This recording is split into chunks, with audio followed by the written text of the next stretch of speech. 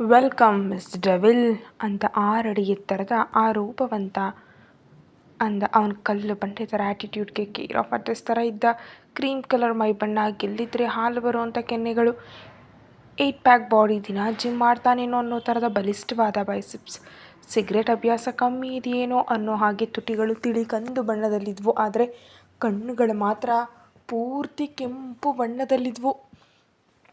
ಇನ್ನು ಅವನು ನಿಂತ್ಕೊಂಡ್ರೆ 6.3 ಅಡಿ ಇರ್ಬೋದೇನೋ. ಅದಕ್ಕೆ ಬಾಗಿದ ಆ ಹುಡುಗಿ ಅಕ್ಷಿತಾಳ ಹೈಟ್ಗೆ ಕರೆಕ್ಟಾಗಿ ಮ್ಯಾಚ್ ಆಗೋ ಥರ ಇದ್ದ. ಇನ್ನು ಇವನ್ ಅಂದದ ಬಗ್ಗೆ ಮುಂದೆ ಮುಂದೆ ಇನ್ನೂ ಬರುತ್ತೆ ನೋಡ್ತೀರಿ. ಆದರೆ ಅವನ ಕಣ್ಣುಗಳು ಕೆಂಡದಂತ ಕೆಂಪಿಗಿದ್ರು, ತುಟಿಗಳ ಮೇಲಿರೋ ಆ ಇವಿಲ್ ಸ್ಮೈಲ್ ನೋಡೋ ಪ್ರತಿಯೊಬ್ಬರನ್ನು ಹೆದರಿಸ್ತಿದ್ರು.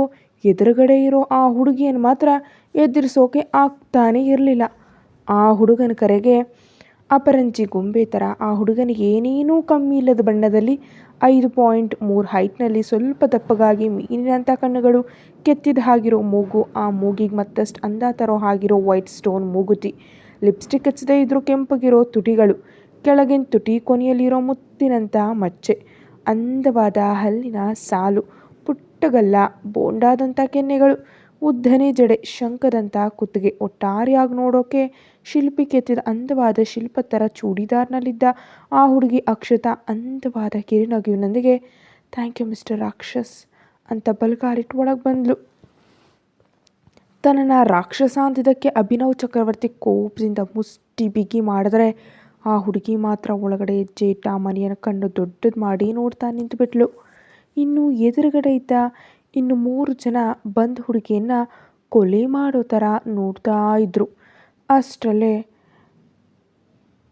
ಆ ಹುಡುಗ ಅಭಿನವ್ ಚಕ್ರವರ್ತಿ ಕಮ್ ವಿತ್ ಮಿ ಡೆವಿಲ್ ಅಂತ ಆ್ಯಟಿಟ್ಯೂಡ್ನಿಂದ ತನ್ನ ಕೈಗಳನ್ನ ಪ್ಯಾಂಟ್ ಪಾಕೆಟ್ಸ್ ಒಳಗಿಟ್ಕೊಂಡು ಲಿಫ್ಟ್ ಕಡೆ ನಡೀತಿದ್ರೆ, ಆ 3 ಜನರಲ್ಲಿ ಈಗ ತಾನೇ ಮನೆಗೆ ಬಂದ ಹುಡುಗಿ, ಎಷ್ಟೇ ವಯಸ್ಸಿರೋ ಒಂದು ಹುಡುಗಿ ಗಂಟ್ಲು ಹರ್ಕೊಳ್ಳುವಂತೆ ಬಾವಾ ಏನು ಮಾಡ್ತಿದ್ದೀನಿ ನೀನು ಅಂತ ಕಿರ್ಚಿದ್ಲು. ವಾಯ್ಸ್ ಕಮ್ಮಿ ಮಾಡು. ನನ್ನ ಮುಂದೆ ವಾಯ್ಸ್ ರೈಸ್ ಮಾಡಿದ್ರೆ ನಾನು ಏನು ಮಾಡ್ತೀನಿ ಅಂತ ಗೊತ್ತು ತಾನೇ ಅಂತ ಆ ಹುಡುಗ ಅಭಿನವ್ ಚಕ್ರವರ್ತಿ ಹುಬ್ಬುಗಳನ್ನ ಹತ್ರ ತಂದು ಬೆರಳು ತೋರಿಸ್ದ ತಕ್ಷಣ ಆ ಹುಡುಗಿ ಭಯದಿಂದ ಒಂದು ಹೆಜ್ಜೆ ಹಿಂದೆ ಇಟ್ಟು ಜೊಲ್ನುಂಗ್ತ ಸಾರಿ ಬಾವಾ, ಆದರೆ ಈ ರಾಕ್ಷಸಿಯನ್ನು ನಮ್ಮನೆಗೆ ಯಾಕೆ ಕರ್ಕೊಂಡು ಬಂದೆ ಅಂತ ವಾಯ್ಸ್ ಕಮ್ಮಿ ಮಾಡಿ ಕೇಳಿದ್ಲು. ಉಳಿದ ಇಬ್ಬರ ನೋಟವು ಅದೇ ಥರ ಇತ್ತು. ಆದರೆ ಆ ಹುಡುಗ ಅಭಿನವ್ ಚಕ್ರವರ್ತಿ ಕೇರ್ ಮಾಡದೆ ರಫ್ ಆಗಿ, ನಿನಗೆ ಹೇಳಬೇಕಾದ ಅಗತ್ಯ ನನಗಿಲ್ಲ ಆ್ಯಂಡ್ ಕರೆಕ್ಟ್ ಯುವರ್ ವರ್ಡ್ಸ್, ಇದು ನಮ್ಮ ಮನೆ ಅಲ್ಲ, ನನ್ನ ಮನೆ ಮಾತ್ರ ಅಂತ ಒತ್ತು ಹೇಳಿ ತನ್ನ ಹಿಂದೆ ಅವರ ಕಡೆ ನಗ್ತಾ ನೋಡ್ತಿದ್ದ ಹುಡುಗಿಯನ್ನು ಅಕ್ಷತಾಳನ್ನು ನೋಡಿ ಸಾಕು ಬೇಗ ಬಾ ಅಂತ ಬೇಸ್ ವಾಯ್ಸ್ನಲ್ಲಿ ಹೇಳಿ ಆ ಹುಡುಗಿ ಕೈ ಹಿಡಿದು ಲಿಫ್ಟ್ ಒಳಗಡೆ ಕರ್ಕೊಂಡು ಹೋಗುವಾಗ ಆ ಹುಡುಗಿ ಅವನ ಕೈಗಳಿಂದ ತನ್ನ ಕೈಯನ್ನು ಬಿಡಿಸ್ಕೊಳ್ಳೋದಕ್ಕೆ ಟ್ರೈ ಮಾಡ್ದ. ಹೇ ರಾಕ್ಷಸ ಬಿಡು ಅಂತ ಕಿರ್ಚ್ತಿದ್ಲು. ಲಿಫ್ಟ್ ಡೋರ್ ಕ್ಲೋಸ್ ಆಗ್ತಿದ್ದ ಹಾಗೆ ಆ ಹುಡುಗಿ ಕೈ ಗಟ್ಟಿಯಾಗಿಟ್ಕೊಂಡು, ಏನೇ ಡೆವಿಲ್, ಈ ಮನೆ ಕಾಲಿನ ಮೇಲೂ ನಗ್ತಿದ್ಯಾ? ನಿನಗೆ ಅಷ್ಟೊಂದು ನಗು ಬರೋ ಸನ್ನಿವೇಶ ಇಲ್ಲೇನಿದೆ? ನೀನು ಯಾಕೆ ಬಂದೆ ಅಂತ ಮರೆತು ಹೋಯ್ತಾ ಅಂತ ಕಪಟ ನಗುವಿನಿಂದ ಕೇಳ್ದ.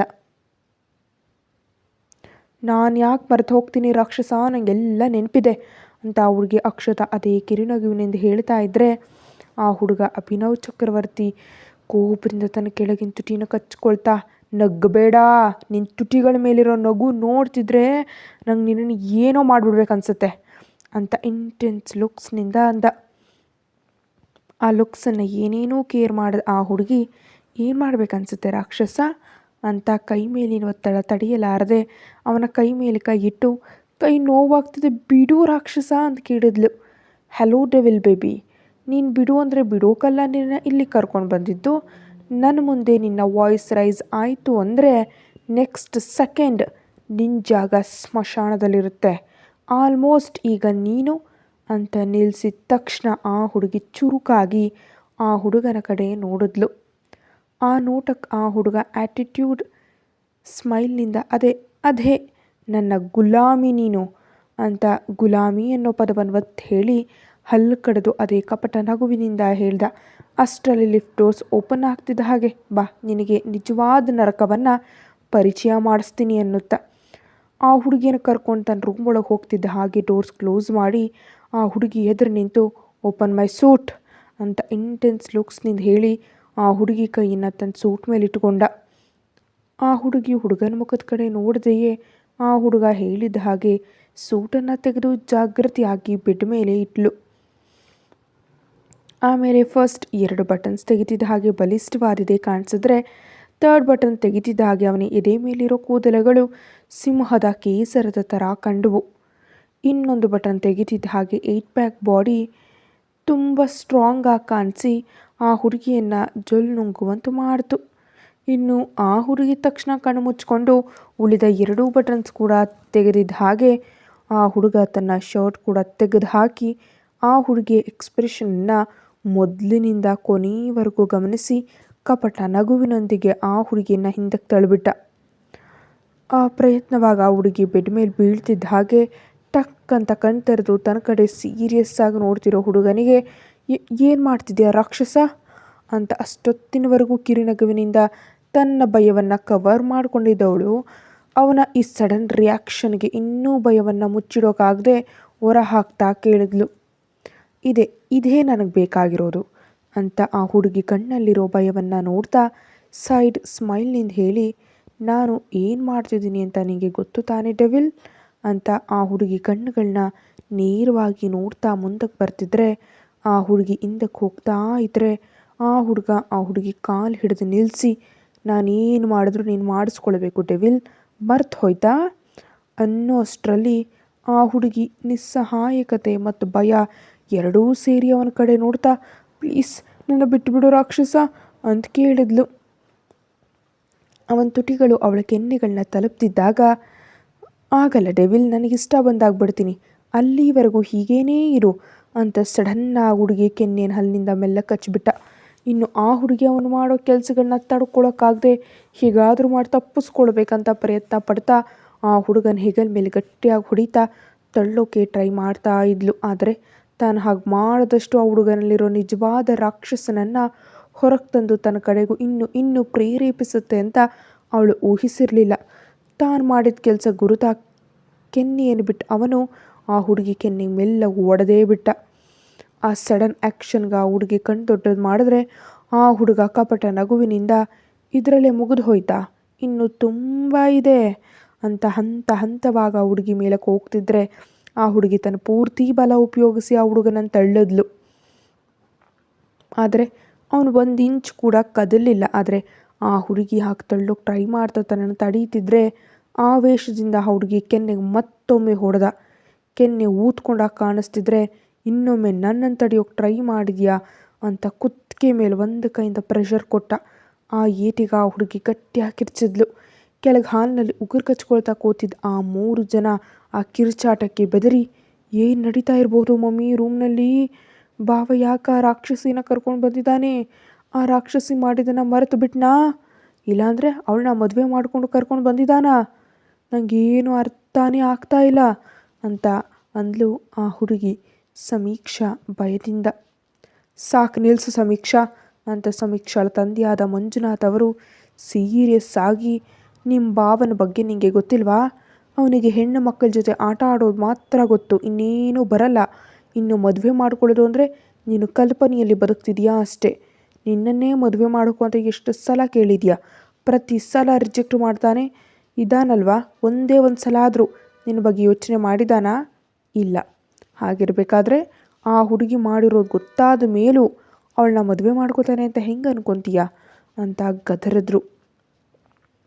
ಸಮೀಕ್ಷಾಳ ಅಮ್ಮನಾದ ಮಂಜುಳಾ ಅವರು, ಹೌದು ಸಮೀಕ್ಷಾ, ನೀನು ಜಾಸ್ತಿ ಊಹೆ ಮಾಡ್ಕೋಬೇಡ, ನಿಮ್ಮ ಡ್ಯಾಡಿ ಹೇಳಿದ ನಿಜ ಅಂತಂದ ತಕ್ಷಣ ಸಮೀಕ್ಷಾ ಕೋಪದಿಂದ, ಆದರೂ ಸರಿ, ನಮ್ಮಲ್ಲಿ ಯಾರಿಗೂ ಎಂಟ್ರಿ ಇಲ್ಲದೆ ಇರೋ ಭಾವನ ರೂಮ್ ಒಳಗೆ ಆ ರಾಕ್ಷಸಿಗೆ ಎಂಟ್ರಿ ಸಿಕ್ಕಿದೆ, ಬಂದು ಒಂದೇ ದಿನದಲ್ಲಿ ಆ ರಾಕ್ಷಸಿ ಭಾವನ ರೂಮ್ನಲ್ಲಿ ಭಾವನ ಬೆಡ್ ಮೇಲೆ ಸೇರ್ಕೊಂಡ್ಬಿಟ್ಟಿದ್ದಾಳೆ, ಇದು ನನಗೆ ಸ್ವಲ್ಪನೂ ಇಷ್ಟ ಆಗ್ತಾ ಇಲ್ಲ, ಅದಕ್ಕೆ ಏನಾದರೂ ಒಂದು ಮಾಡಬೇಕು ಮಮ್ಮಿ ಡ್ಯಾಡಿ, ಇಲ್ಲ ಅಂದರೆ ಅವಳು ಭಾವನನ್ನು ಎತ್ತಾಕೊಂಡು ಹೋಗ್ಬಿಡ್ಬಹುದು, ಅದರಲ್ಲೂ ಅವಳ ಅಂದ ನೋಡಿದ್ರ ನ್ಯಾಚುರಲಾಗಿ ಎಷ್ಟು ಚೆನ್ನಾಗಿದ್ದಾಳೆ ಅಂತ ಹುಡುಗಿಯರಿಗೆ ಭಾವನ ಥರ ಇರೋ ಹುಡುಗರು ತುಂಬ ಬೇಗ ಅಟ್ರಾಕ್ಟ್ ಆಗಿಬಿಡ್ತಾರೆ ಅಂತ ಎಚ್ಚರಿಸಿದ್ಲು. ಅದು ನಿಜವೇ ಆಗಿದ್ದರಿಂದ, ಸರಿ ನಾನು ನೋಡ್ಕೊತೀನಿ ಸಮೀಕ್ಷಾ, ನೀನು ಮಾತ್ರ ಮಧ್ಯದಲ್ಲಿ ಕೈ ಹಾಕಿ ನಿನ್ನ ಮೇಲೆ ತಂದುಕೋಬೇಡ, ನಿನ್ನ ಭಾವನ ಬಗ್ಗೆ ಗೊತ್ತು ತಾನೇ, ಕಳಿಸಿದ್ರೆ ಕರಳಿ ಎಣಿಸೋ ಥರದವನು ಅವನು ಅಂತ ಸೀರಿಯಸ್ ಆಗಿ ಅಂದ ತಕ್ಷಣ ನಂಗೆ ಗೊತ್ತು ಡ್ಯಾಡಿ, ಅದಕ್ಕೆ ಆ ರಾಕ್ಷಸಿ ಬಗ್ಗೆ ನೀವೇ ನೋಡಿ, ಅದು ಭಾವನೆ ಗೊತ್ತಾಗಬಾರ್ದು, ನೆನಪಿಟ್ಕೊಳ್ಳಿ ಅಂತ ಸೀರಿಯಸ್ ಆಗಿ ಹೇಳಿ ಆ ಹುಡುಗನ ರೂಮ್ನಿಂದ ಕಿರ್ಚಾಟ ಜಾಸ್ತಿ ಆಗ್ತಿದ್ದ ಹಾಗೆ ತನ್ನ ರೂಮ್ ಒಳಗೆ ಹೊರಟು ಹೋದ್ಲು.